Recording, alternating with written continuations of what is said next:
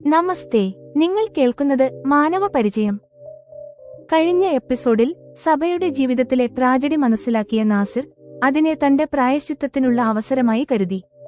വർക്ക്ഷോപ്പിന് അവധിയുള്ള ദിവസം നാസിറും അമ്മയും ഇമ്രാന്റെ ദരിദ്രമെങ്കിലും സ്നേഹനിർഭരമായ വീട്ടിലെത്തി. ഏവരും കാത്തിരുന്ന ആ നിമിഷം എത്തിച്ചേർന്നു. ഇമ്രാന്റെ അമ്മ വിനയപൂർവ്വം നാസിറിന്റെയും സഭയുടെയും നിക്കാഹ് എന്ന നിർദ്ദേശം മുന്നോട്ടുവെച്ചു. ഇരു കുടുംബങ്ങളുടെയും സമ്മതം ലഭിച്ചു. എന്നാൽ രണ്ട് വ്യക്തികളുടെയും രണ്ട് കുടുംബങ്ങളുടെയും സമ്മതം മാത്രം മതിയോ? സമൂഹത്തിന്റെ ഇടപെടൽ ഈ ലളിതമായ ബന്ധത്തിന് നടുവിൽ സമൂഹം കടന്നുവന്നു. ഇമ്രാൻ നിക്കാഹ് നടത്തുന്നതിനായി കാസിയുടെ അടുത്ത് പോയപ്പോൾ കാസി അത് പാടെ നിരസിച്ചു. കാരണം നാസിറിനെതിരെ ഫത്വ നിലവിലുണ്ട്. രണ്ട് നിബന്ധനകൾ. നിക്കാഹ് നടക്കാൻ കാസി രണ്ട് നിബന്ധനകൾ പറഞ്ഞു. ഒന്നുകിൽ നാസിറിനെതിരെയുള്ള ഫത്വയെക്കുറിച്ച് അറിവില്ലാത്ത ഒരു കാസിയെ കണ്ടെത്തുക, അല്ലെങ്കിൽ നാസിർ മുഫ്തിയോട് ക്ഷമാപണം നടത്തുക. സഭയുടെ അബ്ബയുടെ ദേഷ്യം ഇതുകേട്ടപ്പോൾ സഭയുടെ തളർന്നുകിടക്കുന്ന അബ്ബയ്ക്ക് വലിയ ദേഷ്യം വന്നു.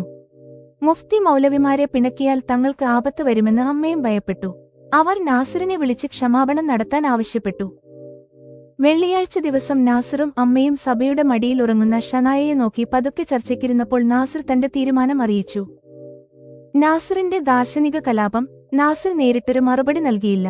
സഭയ്ക്ക് നേരെയുണ്ടായ അതിക്രമങ്ങളെക്കുറിച്ച് സംസാരിച്ചുകൊണ്ട് അവൻ തർക്കപരവും ധാർമ്മികവുമായ ഒരു പ്രസംഗം ആരംഭിച്ചു. ചോദ്യം: നാസിർ മുഫ്തി മൗലവിമാരെ ലക്ഷ്യം വെച്ചു. ഈ മുഫ്തിമാരും മൗലവിമാരും നാണമില്ലാത്ത പുരുഷന്മാർക്കെതിരെ ഒരു ഫത്വയും പുറപ്പെടുവിക്കുന്നില്ല. അവർ സ്ത്രീകൾക്ക് ആധുനിക വിദ്യാഭ്യാസം നൽകുന്നതിനെ പ്രോത്സാഹിപ്പിക്കുന്നില്ല. അവൻ ചോദിച്ചു: മതം എന്നത് മനുഷ്യജീവിതത്തിൽ സന്തോഷം ഉറപ്പാക്കാനുള്ള മാർഗമാകണോ, അതോ നിരപരാധിയായ ഒരാളുടെ ജീവിതം നരകമാക്കാനുള്ള ആയുധമാകണോ?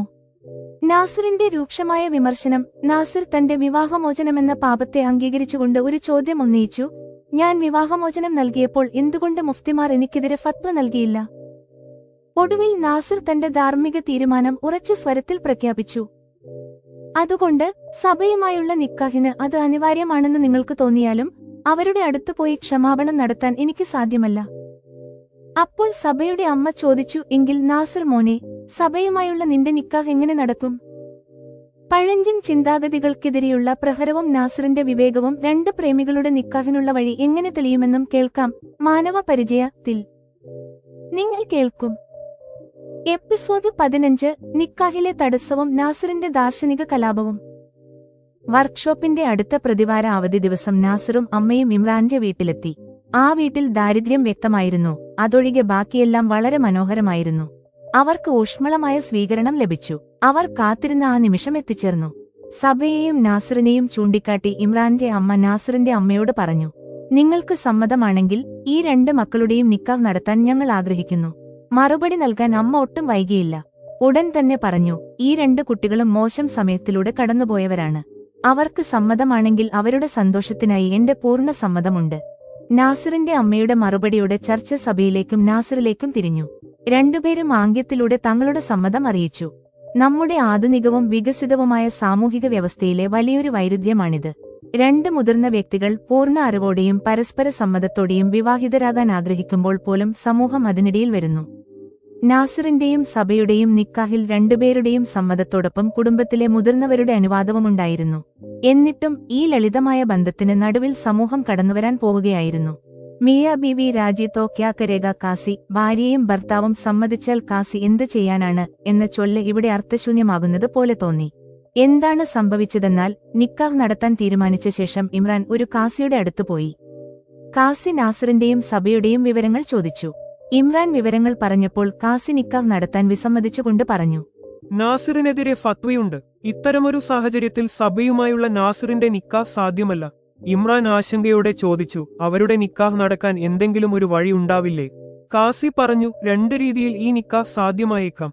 ഇമ്രാൻ 500 രൂപയുടെ നോട്ടെടുത്ത് കാസിക്ക് നൽകിക്കൊണ്ട് പറഞ്ഞു: ദയവായി പറയൂ.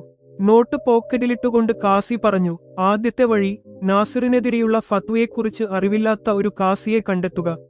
അദ്ദേഹത്തെക്കൊണ്ട് നിക്കാഹ് നടത്തുക. ഒപ്പം രണ്ടാമത്തെ വഴി, നാസിർ മുഫ്തിയോട് ക്ഷമാപണം നടത്തി തന്റെ മേലുള്ള ഫത്വ പിൻവലിപ്പിച്ചാൽ എനിക്ക് നിക്കാഹ് നടത്തിത്തരാം. ഇമ്രാൻ കാസിക്ക് നന്ദി പറഞ്ഞ് അവിടെ നിന്നിറങ്ങി. ഇമ്രാൻ വീട്ടിലെത്തി മാതാപിതാക്കളോട് തടസ്സത്തെക്കുറിച്ചും കാസി നിർദ്ദേശിച്ച പരിഹാരങ്ങളെക്കുറിച്ചും വിവരിച്ചു. ഇതുകേട്ട് സഭയുടെ അബ്ബ ആകെ ദേഷ്യപ്പെട്ടു. അദ്ദേഹം ഇമ്രാനോട് പറഞ്ഞു. വിഡ്ഢി, കാര്യം ഇത്രത്തോളം എത്തുന്നതുവരെ നാസിറിനെതിരെ ഫത്വയുള്ള കാര്യം നീ ഞങ്ങളോട് പറഞ്ഞില്ലേ? അമ്മയും അബ്ബയോട് യോജിച്ചുകൊണ്ട് പറഞ്ഞു. മോനെ ഇമ്രാൻ, നമുക്ക് ഈ സമൂഹത്തിലാണ് ജീവിക്കേണ്ടത്. മുഫ്തിമാരെയും മൗലവിമാരെയും പിണക്കിയാൽ ആപത്ത് വരും. ഫത്വ അറിയാത്ത കാസിയെക്കൊണ്ട് നിക്കാഹ് നടത്തുക അസാധ്യമാണ്. അതിന്റെ ഫലം ഗുണകരമാവില്ല. അത്തരമൊരു വഞ്ചന നടത്തിയാൽ നമുക്കെതിരെയും ഫത്വ വരും. അപ്പോൾ നിന്റെ നിക്കാഹും കുഴപ്പത്തിലാകും. തന്റെ നിക്കാഹിന് പോലും ഭീഷണിയുണ്ടാകുമെന്ന് കണ്ടപ്പോൾ ഇമ്രാൻ ആലോചനയോടെ പറഞ്ഞു. അബ്ബ, ദേഷ്യപ്പെടരുത്. അത് നിങ്ങളുടെ ആരോഗ്യത്തെ ബാധിക്കും. ഞാൻ നാസിർ ബായിയോട് മുഫ്തിയോട് ക്ഷമാപണം നടത്തുന്നതിനെക്കുറിച്ച് സംസാരിക്കാം. അബ്ബ ദേഷ്യം നിയന്ത്രിച്ചുകൊണ്ട് പറഞ്ഞു. ഇമ്രാൻ, നീ അവനോട് ഒറ്റയ്ക്ക് സംസാരിക്കരുത്. നാസിറിനെയും അവന്റെ അമ്മയെയും ഇങ്ങോട്ട് വിളിപ്പിക്കൂ. ഇനി എന്ത് ചർച്ച നടന്നാലും അത് ഞങ്ങളുടെ മുന്നിൽ വെച്ചു തന്നെ വേണം, മനസ്സിലായോ? ആ വീട് അത്ര വലുതൊന്നുമല്ല. സഭ മുറിയിൽ ഇല്ലായിരുന്നെങ്കിലും അടുക്കളയിൽ നിന്ന് ഈ സംസാരമെല്ലാം അവൾ വ്യക്തമായി കേൾക്കുന്നുണ്ടായിരുന്നു. നാസിറിനെയും അമ്മയെയും കണ്ടുമുട്ടിയ ശേഷം സഭയുടെ മനസ്സിൽ നാസിറിനോട് താൽപര്യം തോന്നിത്തുടങ്ങിയിരുന്നു.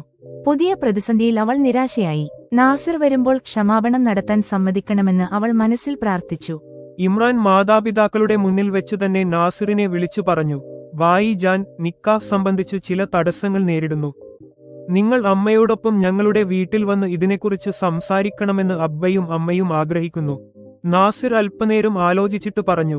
വരുന്ന വെള്ളിയാഴ്ച വർക്ക്ഷോപ്പ് അവധിയുള്ള ദിവസം മാത്രമേ ഇത് സാധ്യമാകൂ. ഇമ്രാൻ, ശരി ബായി ജാൻ എന്ന് പറഞ്ഞു. ഇമ്രാൻ ഈ കാര്യം അബ്ബയെ അറിയിച്ചു. അദ്ദേഹം കാത്തിരിക്കാമെന്ന് പറഞ്ഞു. തുടർന്നുള്ള ദിവസങ്ങളിൽ ഇമ്രാൻ നാസിറിനെ വർക്ക്ഷോപ്പിൽ എത്തിക്കുകയും തിരികെ വിടുകയും ചെയ്തുകൊണ്ടിരുന്നു. എന്നാൽ ഇരുവരും നിക്കാഹിലെ തടസ്സങ്ങളെക്കുറിച്ച് ഒന്നും സംസാരിച്ചില്ല. വെള്ളിയാഴ്ച നാസിറും അമ്മയും ഇമ്രാന്റെ വീട്ടിലെത്തിയപ്പോൾ ഡ്രൈ ഫ്രൂട്ട്സും ചോക്ലേറ്റുകളും കരുതിയിരുന്നു. ഷനായയ്ക്ക് വില കൂടിയ വസ്ത്രങ്ങളും അവർ കൊണ്ടുവന്നു.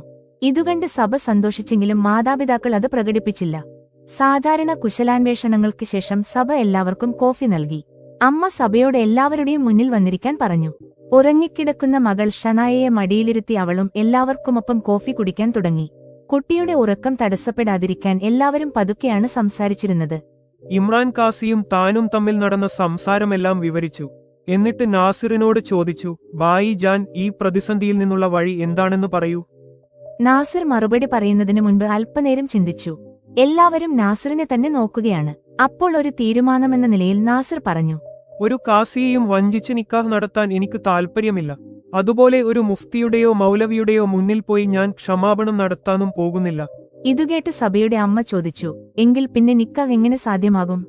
നാസിർ ആ ചോദ്യത്തിന് നേരിട്ട് ഉത്തരം നൽകുന്നതിനു പകരം ഒരു പ്രസംഗം പോലെ സംസാരിച്ചു തുടങ്ങി. സഭയും ഞാനും നമ്മുടെ സമൂഹത്തിലെ പഴഞ്ചൻ ആചാരങ്ങളുടെയും മൂഢവിശ്വാസങ്ങളുടെയും ഇരകളാണ്. സഭയുടെ നിക്കാഹ് നമ്മുടെ സമുദായത്തിൽ തന്നെയാണ് നടന്നത്. അവൾ വഞ്ചിക്കപ്പെട്ടു. രോഗിയായ ഭർത്താവിനെയാണ് അവൾക്ക് നൽകിയത്. അയാൾ 1 വർഷത്തിനുള്ളിൽ മരിച്ചു. അമ്മായിയപ്പൻ വീട്ടുകാർക്ക് അറിവില്ലായ്മയുടെ ആനുകൂല്യം നൽകിയാൽ പോലും പിന്നീട് നടന്നത് ലജ്ജാകരമാണെന്ന് പറയാൻ എനിക്ക് മടിയില്ല. മകന്റെ മരണത്തെ സ്വന്തം താൽപര്യത്തിനായി അയാൾ ഒരു അവസരമാക്കുകയാണ് ചെയ്തത്. ഞാൻ പറയുന്നത് തെറ്റാണോ സഭ? പ്രതീക്ഷിക്കാത്ത ചോദ്യത്തിന് മുന്നിൽ സഭ പകച്ചുപോയി. അവൾ തലയാട്ടി സമ്മതം അറിയിച്ചു. അതോടെ നാസിർ കൂടുതൽ ആവേശത്തോടെ തുടർന്നു. സ്ത്രീകൾ ആശ്രിതരാണെന്ന് നമ്മൾ വിചാരിക്കുന്നു. അവർക്ക് സ്വയം സമ്പാദിക്കാനുള്ള ശേഷിയില്ലാത്തതിനാൽ ഇത്തരം അതിക്രമങ്ങൾ സഹിക്കാൻ നിർബന്ധിക്കുന്നത് നീതിയാണോ? ഈ മുഫ്തി മൗലവിമാർ നാണമില്ലാത്ത പുരുഷന്മാർക്കെതിരെ ഒരു ഫത്വയും പുറപ്പെടുവിക്കുന്നില്ല. സ്ത്രീകൾക്കെതിരെ ഇത്തരം ദ്രോഹങ്ങൾ നടക്കാതിരിക്കാൻ കടുത്ത നിയമങ്ങളൊന്നും അവർ കൊണ്ടുവരുന്നില്ല. അവർ സ്ത്രീകൾക്ക് ആധുനിക വിദ്യാഭ്യാസം നൽകുന്നതിനെ എതിർക്കുന്നു. മതത്തിലെ ചില വരികൾ ഉദ്ധരിച്ച് സ്ത്രീക്ക് വിദ്യാഭ്യാസം വേണ്ടെന്ന് വാദിക്കുന്നു. അങ്ങനെ സ്ത്രീയെ ആശ്രിതയാക്കി നിർത്തിക്കൊണ്ട് പുരുഷന്റെ ഇഷ്ടപ്രകാരം ജീവിക്കേണ്ട അവസ്ഥ അവർ നിലനിർത്തുന്നു. നിങ്ങൾ പറയൂ, മതം എന്നത് മനുഷ്യജീവിതത്തിൽ സന്തോഷം നൽകാനുള്ള മാർഗമാകണോ അതോ ഒരു അമായുകാരിയുടെ ജീവിതം നരകമാക്കാനുള്ള ആയുധമാകണോ? ഇത്രയും പറഞ്ഞ് നാസിർ ഏവരെയും നോക്കി. സഭ നേരിട്ട അക്രമങ്ങളെക്കുറിച്ചുള്ള നാസിറിന്റെ ചോദ്യങ്ങൾക്ക് മുന്നിൽ അവിടെയുള്ളവർക്ക് ഒന്നും പറയാനുണ്ടായിരുന്നില്ല. അതൊരു മൗന സമ്മതമാണെന്ന് കരുതി നാസിർ തുടർന്നു. എന്നാൽ ഇത്തവണ അവന്റെ സ്വരം അല്പം താഴ്ന്നിരുന്നു. ഇനി എന്റെ കാര്യം പറയാം. ഞാൻ എന്റെ ഭാര്യയ്ക്ക് വിവാഹമോചനം നൽകി. രാജ്യത്ത് ട്രിപ്പിൾ തലാഖ് നിയമവിരുദ്ധമായ സമയത്താണ് ഞാൻ ഫിർദൌസിന് തലാഖ് നൽകിയത്. നമ്മുടെ സമൂഹം അംഗീകരിക്കാത്ത രീതിയിലാണ് ഞാൻ അത് ചെയ്തത്.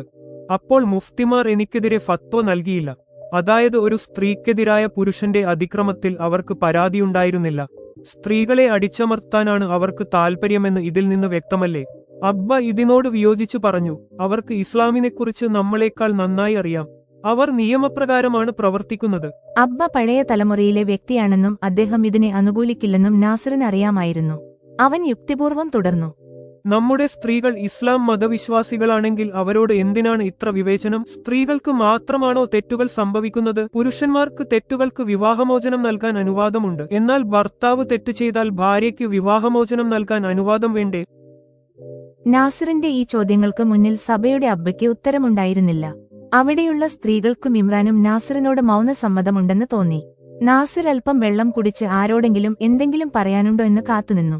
ആരും ഒന്നും പറയാതിരുന്നപ്പോൾ അവൻ ശാന്തമായി പറഞ്ഞു, ഇസ്ലാം അനുസരിക്കാത്തവരെ നമ്മൾ കാഫിറുകൾ എന്ന് വിളിക്കുന്നു.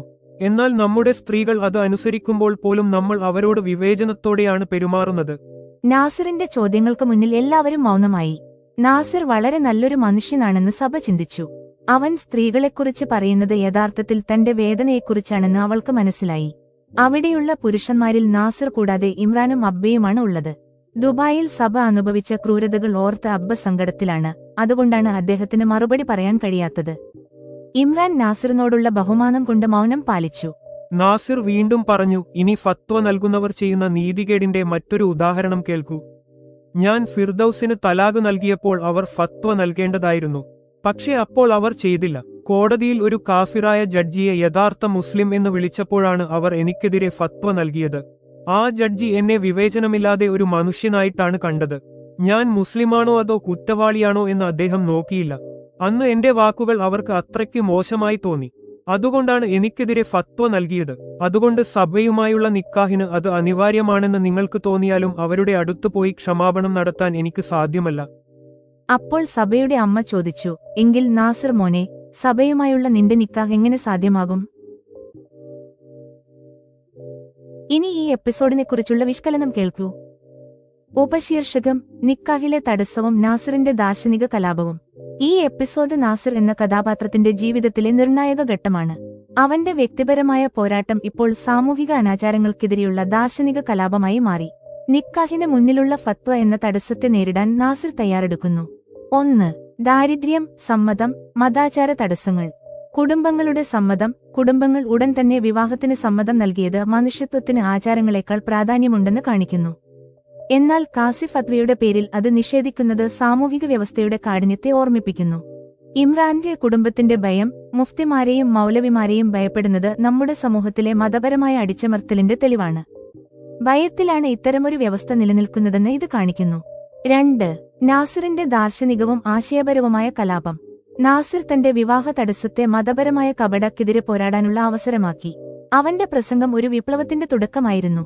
മൂഢവിശ്വാസങ്ങൾക്കെതിരെയുള്ള പ്രഹരം. വഞ്ചിക്കാനോ ക്ഷമാപണം നടത്താനോ താൻ തയ്യാറല്ലെന്ന് നാസിർ വ്യക്തമാക്കി. ക്ഷമ ചോദിക്കുന്നത് അനീതിയെ അംഗീകരിക്കുന്നതിന് തുല്യമാണെന്ന് അവൻ വിശ്വസിക്കുന്നു. സഭയുടെ ദുരവസ്ഥയെ തെളിവായി ഉപയോഗിക്കൽ. സ്ത്രീകൾക്ക് വിദ്യാഭ്യാസം നിഷേധിക്കുന്നതും അവരെ പുരുഷന്റെ വരുതിയിൽ നിർത്തുന്നതും നീതിയില്ലെന്ന് അവൻ വാദിച്ചു. തലാഖും ഫത്വയും. വൈരുദ്ധ്യങ്ങൾ. ചട്ടവിരുദ്ധമായി വിവാഹമോചനം നൽകിയപ്പോൾ വരാത്ത ഫത്വ, ഒരു മനുഷ്യസ്നേഹിയെ പുകഴ്ത്തിയപ്പോൾ വന്നത് ഫത്വയുടെ യഥാർത്ഥ ലക്ഷ്യം മതമല്ലെന്ന് കാണിക്കുന്നു. 3. മൗനസമ്മതവും സഭയുടെ പിന്തുണയും. നാസിറിൽ പശ്ചാത്താപം ആവേശമായി മാറി. നാസിർ ഇപ്പോൾ പഴയ കാര്യങ്ങൾ ഓർത്ത് സങ്കടപ്പെടുകയല്ല, മറിച്ച് അന്യായങ്ങൾക്കെതിരെ പോരാടുകയാണ്. സഭയുടെ പിന്തുണ അവന് കൂടുതൽ കരുത്ത് നൽകുന്നു. സഭയുടെ അമ്മയുടെ അവസാന ചോദ്യം കഥയെ ഒരു നിർണായക ഘട്ടത്തിലെത്തിക്കുന്നു. മതാധികാരത്തെ വിവേകം കൊണ്ട് എങ്ങനെ മറികടക്കുമെന്ന് അടുത്ത എപ്പിസോഡുകളിൽ കാണാം. എപ്പിസോഡ് 15 അവസാനിച്ചു.